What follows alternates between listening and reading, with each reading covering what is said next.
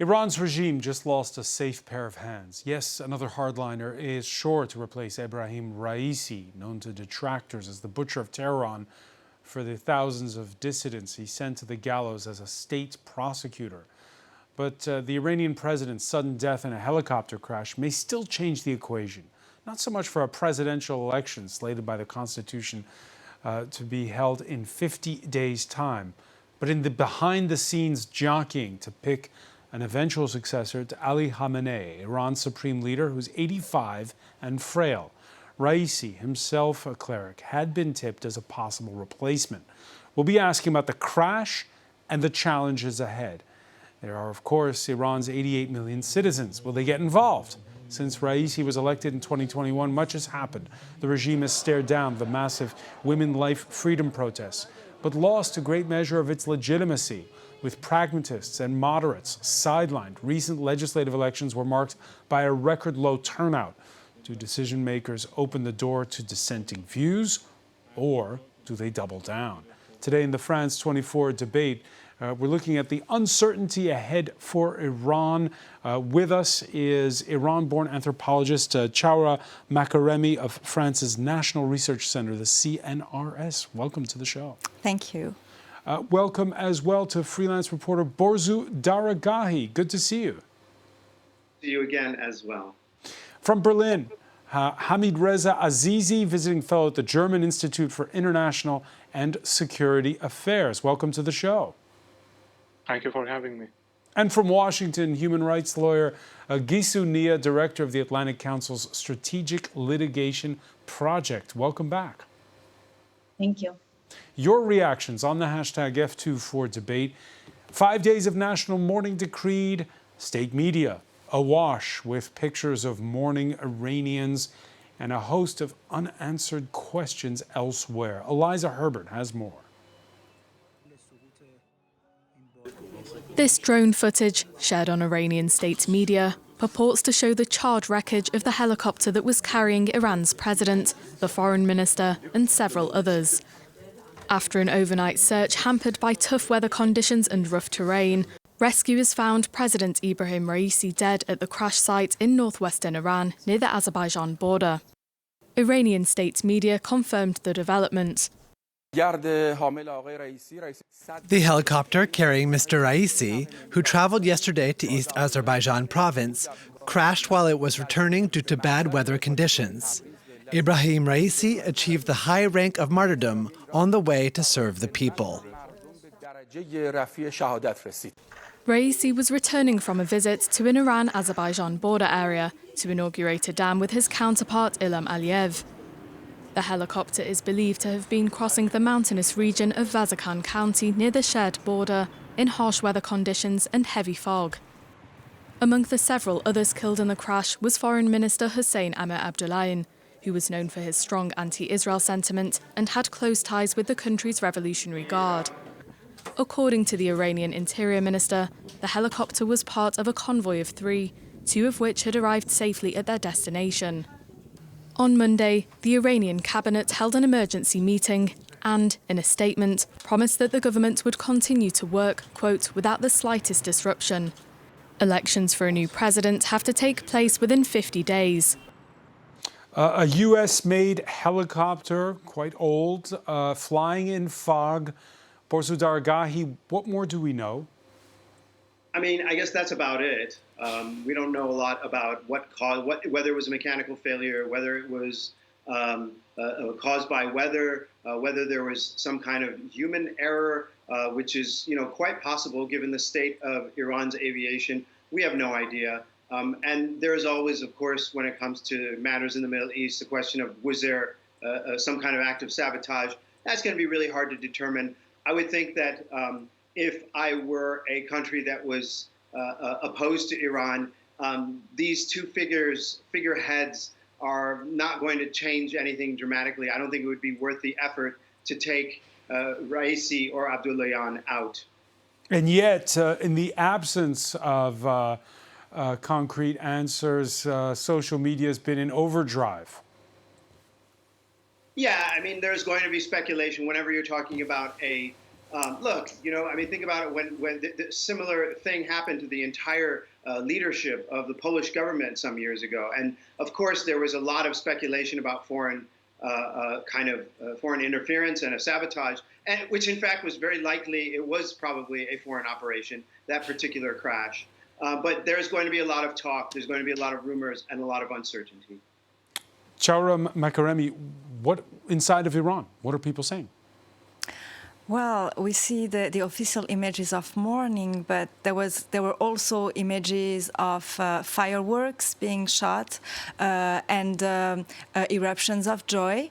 And I think it's there are two things here. It's people following up on the protest of the Women Life Freedom protest, because showing emotions and this display of joy is a way of resisting and showing where they stand and how they feel about this regime. But it also may be a sign to say to the supreme leader, this is what's going to happen to you too. So there is this affective rupture, separation between Iranian society and the state, and this goes back to the last, let's say, even less than a decade. So it's quite new in Iranian politics, and we didn't have that. The Islamic Republic is not used to be so much challenged at every level, symbolical, affective, emotional, political, and we don't know how it's going to manage the succession of the supreme leader within this context. So one thing, listening to what you're saying, that Iranians are not, is indifferent. I mean, there is this idea that, Raisi was not holding any specific, did not have any specific cards in his hand. He was an executant, and he was a very zealous bureaucrat. And he's actually, what Vasily Grossman is describing Eichmann as the secret is that the highest priest is also the most simple stooge and believer. And I think it fits really Raisi. He was an ideological but he was also a bureaucrat without any charisma. So people know who he is, but he also know what he did. And I think that there is no indifference because, and that's what I showed in my book, like emotions and values are the place of fight for the Iranian people, because they didn't arm the resistance. So, if you don't fight with arms, what remains in your hands? There are a lot of the whole scope of let's say civil disobedience, and this kind of eruption of joy and subversion, because being joyful when someone high at office dies is not something that Iranians do easily either. It's really a very subversive act. It's very, distorting all the everything that set up the civil life. Gisounia, let me ask you, because in the last hour, this is the death of a head of state officially, and the State Department has offered official condolences, even though the U.S. and Iran are more than just rivals. Your thoughts on this, on how the opposition handles this, digests this news?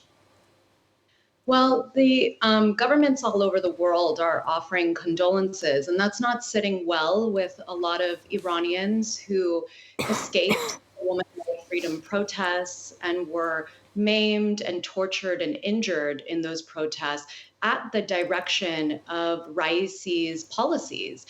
He was very instrumental in the policy of extreme gender discrimination and the ramp up of enforcement of mandatory hijab that happened just 2 months before Mahsa Jina Amini's tragic killing. So this isn't sitting well with obviously a lot of Iranians inside of Iran and outside of the country. But as the point was just made, there's a lot of celebration, and it's really because justice comes in different forms. We unfortunately didn't see Raisi in the defendant's dock answering for his decades of crimes. But for many Iranians, this represents a kind of divine justice, if you will. Divine justice. Iran's supreme leader, of course, offering a different version, calling Raisi, quote, a sincere and precious servant of the Iranian nation. Let's listen.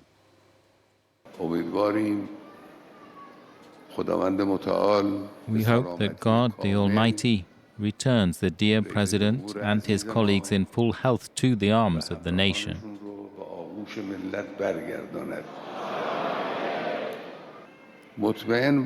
People must be assured that there will be no disturbances in the country's affairs. The official statement printed by state media and news agencies, in it Khamenei is quoted as saying that the ingratitude and jibes of some ill-wishers did not deter Raisi from working day and night to achieve progress and improve the situation. Hamid Reza Azizi, who are these ill-wishers that Ayatollah Khamenei is referring to? It's a kind of general statement that Khamenei makes every time a high-ranking official passes away. In this case, of course, Raisi being the president of the country and not any president, the one who was very much, favorite of Khamenei. Of course, he made any efforts, Khamenei, of course, to make it clear that he supported his policies. And I think it was a message to basically the domestic audience, and also to the audience abroad, that this is the sort of policy line that is, admitted by the supreme leader, and that's going to continue. So by these sort of references, I think he is trying to say there have been, foreign plots, as Khamenei always talks about this, and enemies. Like the United States. But again, when he says ingratitude and jibes of some ill wishers, it sounds like he's talking about domestic rivals. There's no secret that Raisi had a lot of rivals inside the country, but in this case, I don't think that Khamenei is referring to any person or figure within the system. It might, be a reference to, for example, the opposition. The external opposition, or those people inside the country who are active against the government. So that might be more or less like that. But again, I don't think that by making such statements, he is referring to the actions within the government. Because at the end of the day, it has become narrowed down the circle of the governing factions to the very hardline core of the conservative camp. So that's how I see it, actually. A more Gisunia, is this a siege mentality that we're seeing? I think that obviously Khamenei is going to say what he says, but I think when he's pointing to the work and the service of Raisi, what work are we talking about? We're talking about his beginnings as a young prosecutor in the 1980s, him killing thousands, being part of a 4-member death commission that put thousands of political prisoners to death in Iran's prisons in 1988, followed up by him being the chief of the judiciary, where he oversaw the executions of juveniles, LGBTQI plus persons, ethnic and religious minorities, and then followed up with his recent chapter in enforcing extreme gender discrimination. So yes, he was a bureaucrat to the state in the worst possible way. And so in terms of, Khamenei's state of mind, I obviously can't speak to that, but I can definitely speak to what Raisi's record was and what that means for many Iranians who want to see a change. Borzo Dargahi, so an election in 50 days, according to the Constitution. They've already stated that whoever wins this, there's not going to be a second election in 1 year's time. He's going to serve a full term. And the question is are there going to be any surprises? Because this is a 3-person council, and that 3-person council is going to evolve because the Speaker of Parliament is probably going to change between now and the time that they decide who can run and who cannot. Well, there is really nothing certain, and anyone who says that they know what's going to happen or even speculate intelligently will not know, and their commentary could probably be dismissed, because we won't know until the Guardian Council approves the candidates, whether they want a real election or they want to just do a rubber stamp of one of Khamenei's adjutants. And you heard Hamid Reza there saying how the circle of power has shrunk. Will there be the temptation to enlarge it, to allow those that don't agree with the hard line to run? I doubt it. My informed speculation is that no, they're not. That Khamenei is in no mood to open the circle of power, and that he is in the mood to, to keep it as narrow as possible. As a matter of fact, I mean, one key question, and when you cited that quote from Khamenei, one thought that came to me is that he was possibly, and I'm not sure absolutely, referring to the more intelligent, more charismatic, more dynamic hardliners like the Speaker of Parliament, Ghalibaf, like the Larijani brothers and so on, and who have been quite critical in their publications and news outlets about Raisi's lack of any kind of charisma whatsoever. I mean, this guy is so dull. People are in the elite of power who have a little bit more education, a little better educated than Raisi, make fun of the way he speaks Persian. He doesn't speak properly. He mumbles, and he has a lot of grammatical errors when he talks. And so there's been a lot of jibes about him. And I thought maybe that's what they were referring to. Now, will Ghalibaf get a chance to run for president, as he did against Rouhani, who was the big contender in those, crucial 2005 elections, 2013 elections when Rouhani came to power? Will he get? But then was barred from running in the most recent presidential elections. Will he get a chance to run for office? I mean, that's a key thing. Your thoughts on this? The Speaker of Parliament, Mohammed Bagher Ghalibaf. Let me bring in on this Hamid Reza Azizi. Is he going to be able to run? And if so, why? At the moment, of course, as was mentioned, there's a lot of speculations, but the one name that is referred to since last night is, of course, Mohammed Bagher Ghalibaf.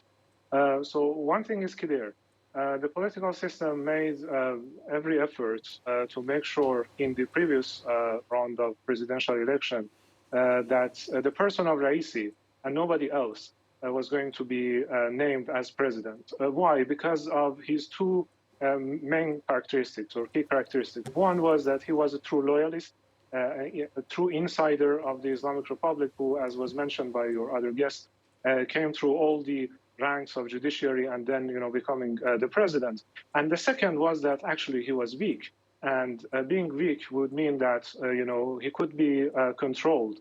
So that was one of the reasons why his name was mentioned as a potential supreme leader after Khamenei, because, he would be a figurehead easily run by the IRGC. So finding someone with the same characteristic would be very difficult.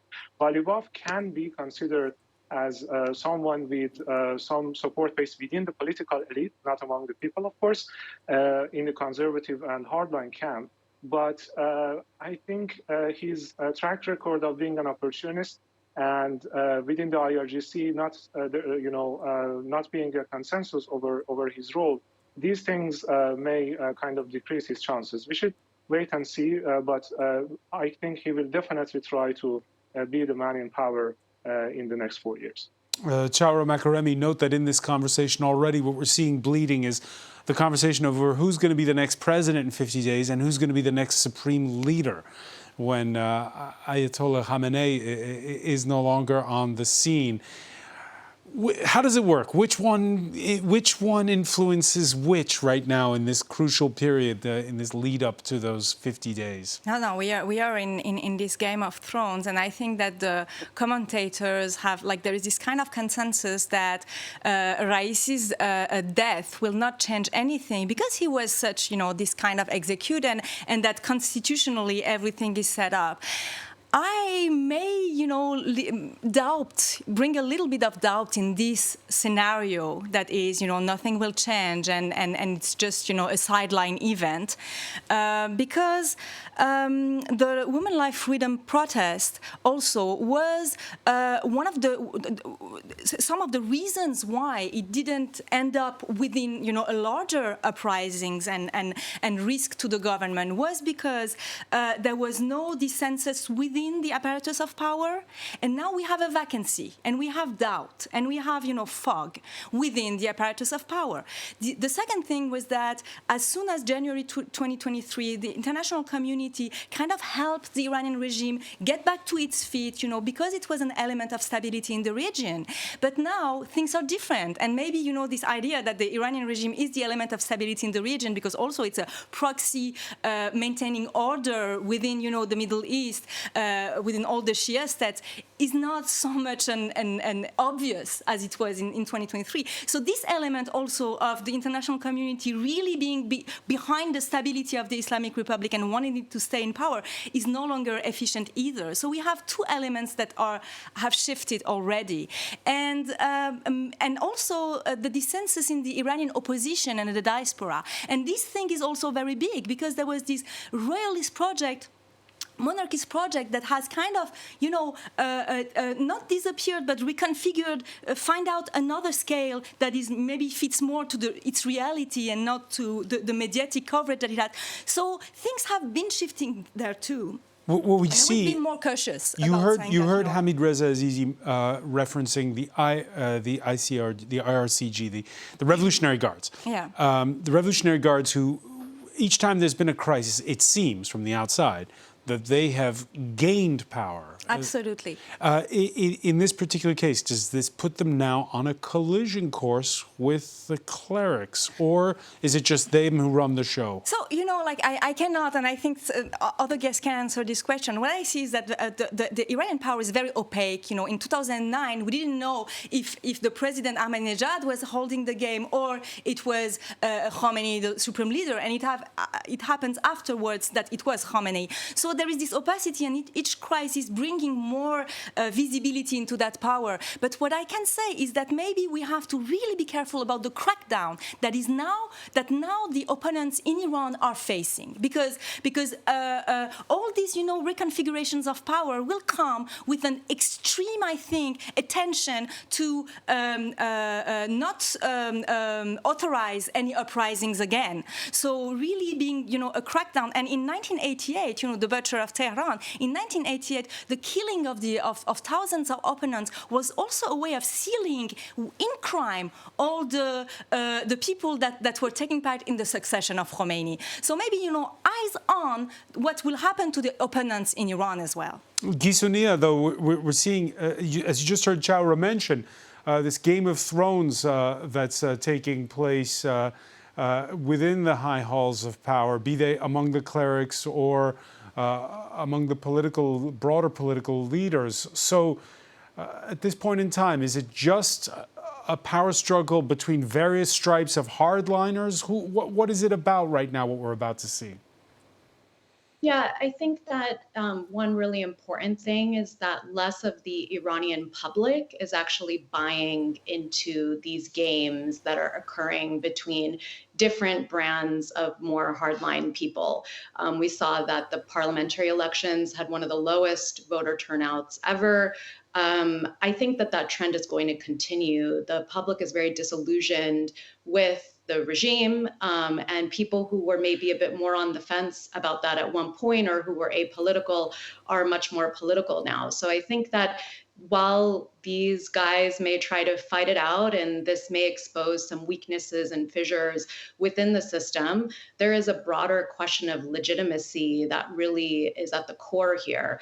One thing to note, and that what we should look out for, is that if there are these kinds of internal divisions that often make it easier for different individuals to wish to defect or wish to provide information, and that can lead to a weakening. So I agree with some of what the panelists have said here, that there might be an effort to really seal this off and crack down, because any sign of weakness could be used, of course, by those who seek for this regime to dissolve. And just to be crystal clear for our viewers, Gisu, you're referring to the struggle to pick the next supreme leader or the struggle to pick the next president? Definitely on the supreme leader, but also on the president. Any sort of, at this point, these posts are not seen by many Iranians as anybody who is legitimately leading the country. There's very low engagement with these processes. The process of supreme leader, of course, does not involve the public, but there is a losing legitimacy even more so than in years past. And so I think those are really the trend lines that we'll be looking to. Borzo Dargahi, the dwindling legitimacy, we've heard that before. Yeah, I mean, the problem is that in this era of high-tech authoritarianism, thanks to equipment created in the West, re-exported and repackaged as these kind of Stalinist tools of surveillance by China and other authoritarian states.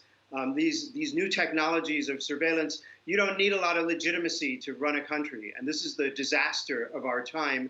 And so it almost and the government in Iran has kind of realized that. The regime has recognized that, all this democracy charade that we've been playing, we don't really need it, And so and they're looking around at their neighbors, which one do you want to be more like? Azerbaijan, which is a fairly brutal authoritarian state, or a messy place like Iraq or Lebanon, which one would we rather be? And so Iran is moving in that direction. Legitimacy means less.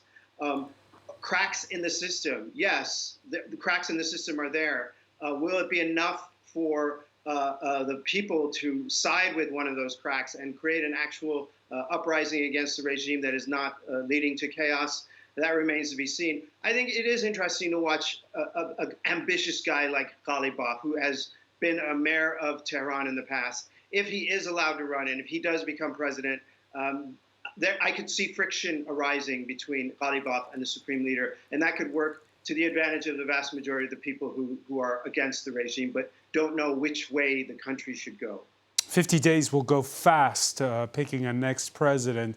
For years, we've been speculating about who would take over for Ayatollah Khamenei in this period where, again, pointing to the voter turnout, which has tailspun this year, the legitimacy which is dwindling. There's the question of how they'll pick, who they'll pick to replace Khamenei. Back in March, regime insiders dismissed the idea that Ayatollah Khamenei's 55-year-old son could succeed his father, and that, well, Hamid Reza Azizi, that just fueled speculation that the opposite was in the works.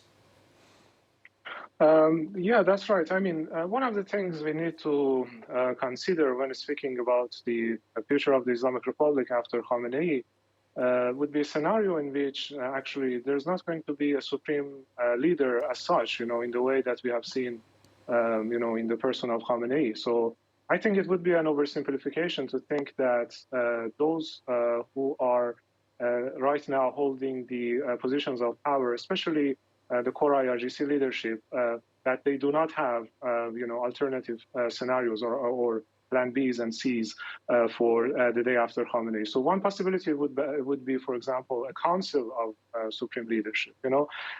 Who's going to be in the council is a matter of speculation, of course. And how long would that council last? I mean, that depends on a lot of factors, and I think to answer that, it is also important to see how the fate of the presidency is going to, evolve, because regardless of the person who is holding the position, these three branches of power, I mean, the figures who are leading them, basically the head of judiciary, the president, and the speaker of parliament, these guys are going to be influential and decisive in the day that Khamenei dies, and then the assembly of experts is going to gather to decide on the next supreme leader or to have a council of some sort. So there's a lot of uncertainties, but what I want to say is that in order to even speculate, we need to think a little bit outside of the box. and to go beyond this kind of duality of Mujtaba Khamenei versus Ebrahim Raisi. There could be quite a few different scenarios other than that. Yeah, among the names that we've mentioned already, the Speaker of Parliament, Mohammed Bagher Gabilov, but among the other names that have come up a lot in conversation, like in this recent article by Iranian-Canadian academic Shahid Salas, conservative cleric Ali Reza Arafi. Building on his successes within the system, Arafi secured the top position among the members from Tehran province in the recent elections for the Assembly of Experts. They're the ones who will pick the next supreme leader. So there are other names out there, Borzu Daragahi. Yeah, I mean, look, we can play this game for a while. I actually think, and just to introduce a different thought, that the death of the foreign minister will have more of an immediate impact on Iran's relations. He wasn't the worst of Iran's foreign ministers as far as countries around the world go. And he was someone who had been immersed in the very complicated nuclear file. He was immersed in a whole bunch of other regional issues and so on. He can point to one particular success in overseeing the rapprochement with Saudi Arabia. Now, it might be a little bit more complicated, and it might be a little bit more disruption on the international scene, trying to bring up a foreign minister who gets up to speed on the issues and so on, because Iran has had some really bad foreign ministers that have really created a lot of problems for Iran and other countries around the world. Does that, Gisounia, the fact that you have this quote-unquote safe pair of hands also at the foreign ministry, does that in part explain the reaction from the United States? Again, offering condolences straightforward. Well, Amir Abdullahian, I mean, right now he was the one that was leading a lot of the negotiations that are happening with the E3 and the US and some East Asian allies to those countries, talks around escalation and de-escalation and other issues. So to Borzu's point, that I think will be much more of a vacuum in the immediate term than what we're talking about with the president, because they'll have to quickly get acquainted with that file, and they may not be the face that was recognized so far. So that could create some inconsistencies. Yeah, and then there are those offering, among those offering help most notably in investigating the crash, Russia, which broadcast images of an emergency services helicopter taking off for Tabriz to help with search and rescue operations. These images, I think, were from Sunday. Chaura Makaremi, Russia really expressing heartfelt condolences. Again, a sign of the times how much, remember, Russia was a signatory of the 2015 nuclear deal and wanted to keep Iran's nuclear project in check. And today, like a very close ally of Iran. Yeah, well, the thing is that also, since 2015, a lot of things have changed in the world. But it's interesting that you bring Russia in the discussion now, because one thing that is alike in Iran and in Russia is this crisis of succession and the extreme, maybe concentration of power at some point around a figure, Khamenei, Putin. Even if we know that the guardians of the revolution have a tremendous power and an imperialist, sheer power in the region, but we have Khamenei, we have Putin, and this is the historian Timothy Snyder, in this Road to Freedom, that was arguing how these two regimes built on a crisis, on a total absence of visibility on the succession, should have risen some concern within the international community and the West, maybe as far as 2015, to kind of see, maybe we should not, let those guys do their business as usual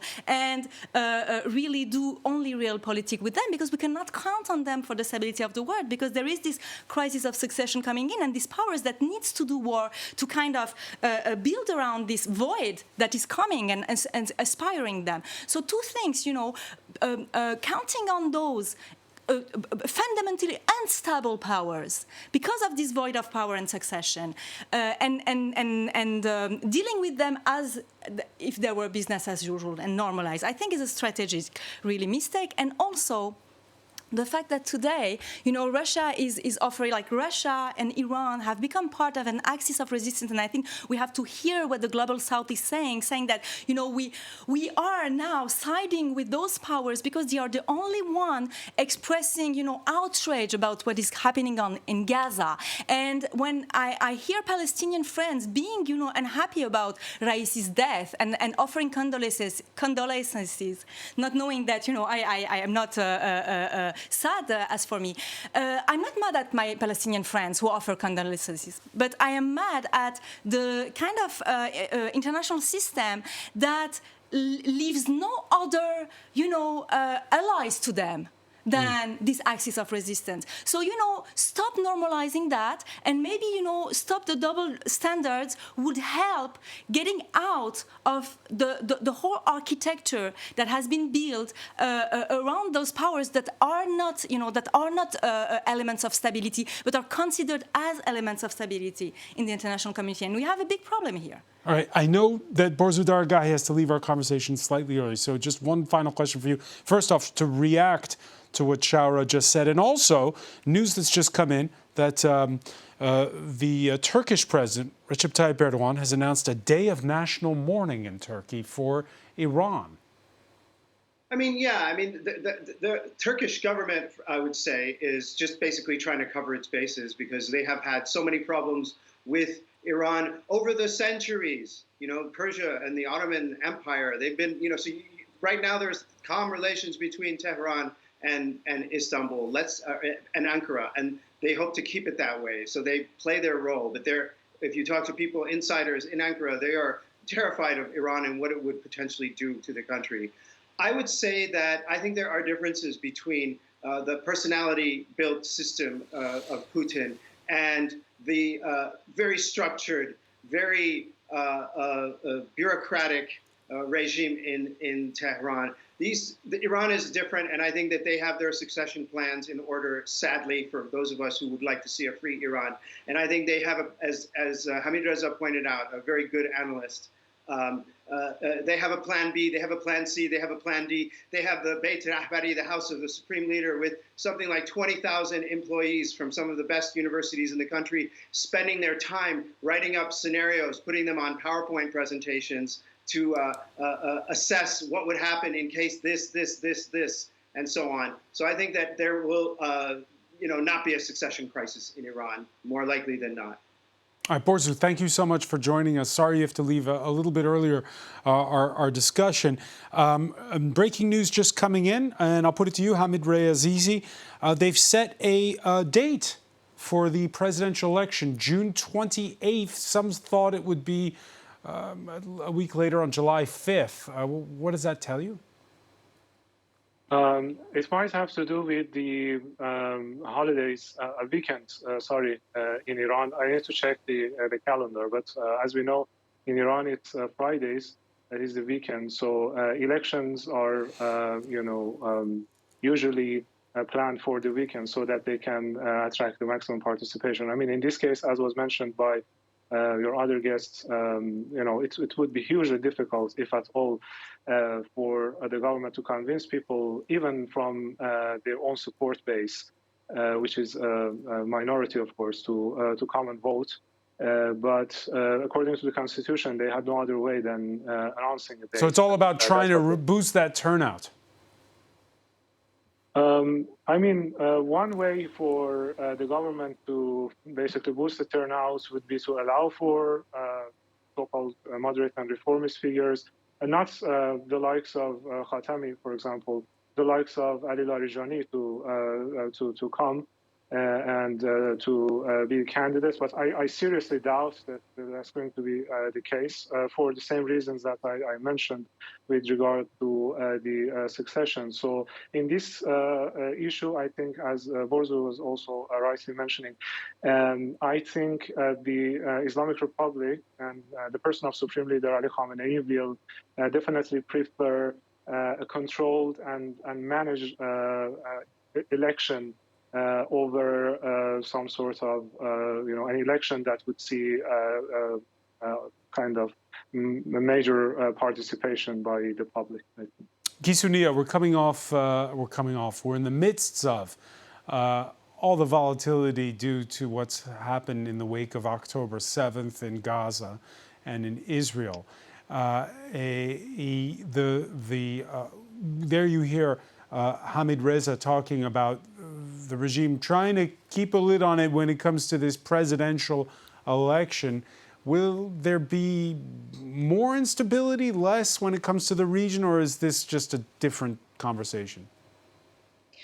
I think there's a few things to think about here in terms of what the domestic population is feeling and how that can introduce pressure points. So although, there's been commentary about how Raisi's office as the president, and not a particularly influential one, won't really shake anything up in the system. While that might be true, just speaking in terms of the hierarchical structure and the fact that power really lies with the supreme leader, the boost that this gives to a population looking for any quote unquote win when they feel that there is no other way to have accountability for crimes against humanity really cannot be undercounted, in my view. One thing to note is you were talking about Russia's announcement of support in a search and rescue mission and all of that. Well, many were surprised to see that the European Commissioner for Crisis Management was also offering support. So it wasn't only Russia or Turkey. We see that in Europe, there were also calls about how to support a search and rescue mission. And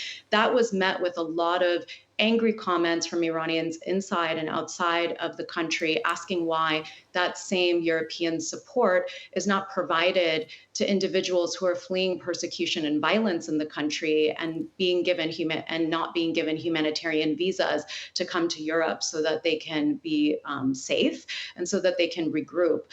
So I think there's going to be a lot of these pressure points. We see that a lot of the population is not happy about the Islamic Republic's involvement with conflicts abroad. And I think, as the point was made earlier, unfortunately, the way that the world has been structured and the way that we're seeing divisions around Israel-Palestine does mean that the Islamic Republic is viewed in some circles as a kind of anti-imperialist champion, when in reality, they crack down on leftists within their own borders. They crack down on labor union workers within their own borders. They do not have progressive values. So, two things can be true at once. And this is the challenge that we'll be dealing with moving forward. The State Department is saying that Iran has asked the U.S. for assistance over the helicopter crash. Remember, it's a U.S.-made helicopter. We'll see more details on that story as it evolves. Let me ask you, because you're in Washington, Gisunia, is it a problem for the regime, the fact that they're going to be picking their president before the U.S. picks its own in November? Again, because I think that the office of president in the Islamic Republic is one that is not influential, as we've all noted here, and the power really lies with the supreme leader. I think that the sequencing of that is not necessarily super consequential, but also there's a public that is recognizing that these elections are really selections. So it depends on who is going to be a serious contender for that office. If it is Ghalibaf, as has been noted, then could that lead to a trajectory to then eventually contend for the post of the supreme leader? There's a lot of great analysts who are speculating on that. What I can say is that there is widespread discontent among the population inside the country. They recognize Raisi as somebody who is a perpetrator of atrocity crimes. They see that the UN fact-finding mission on Iran in March issued a report saying that the Islamic Republic has committed crimes against humanity. And so there's a real thirst for justice. And I think that there's just a disengagement from this game of supposed elections, and that's why you see that low turnout.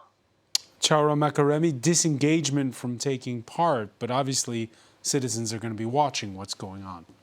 Yes, and also the Islamic Republic is a regime that was built on this pact, this electoral fiction, this Republican identity. It was voted by a referendum. The constitution was voted tremendously by referendum. And then the regime really worked on electoral participation up until, I voted personally in 2017 for Rouhani against Raisi, because Raisi was one of the responsible of my mother's execution, for instance, in 1988. So there was a way always to pull back the Iranians to the vote ballot, and this regime has built itself an identity on that electoral pact. So now that it has been dismembered severely with the election of Raisi in 2021, we don't know what will come. I'm not, that confident about the fact that they master everything and that they have everything in control. And because the one who was the architect for dismembering this electoral pact, Khamenei, is going to die soon. And as you say, it's a gerontocracy. People are old in there, and there is not so much new people coming in. And a lot of those guardians of the revolution, their own children abroad, are not, even wanting to come and be their successors. So maybe we should be, a little more cautious about what it means that this regime that built itself as a republic is now not a republic anymore, and people will not turn out. The future is unwritten. Shaura Makaremi, I want to thank you so much for joining us. I want to thank Hamid Reza Azizi in Berlin, Gisu Nia in Washington. Thank you for being with us here in the France 24 debate.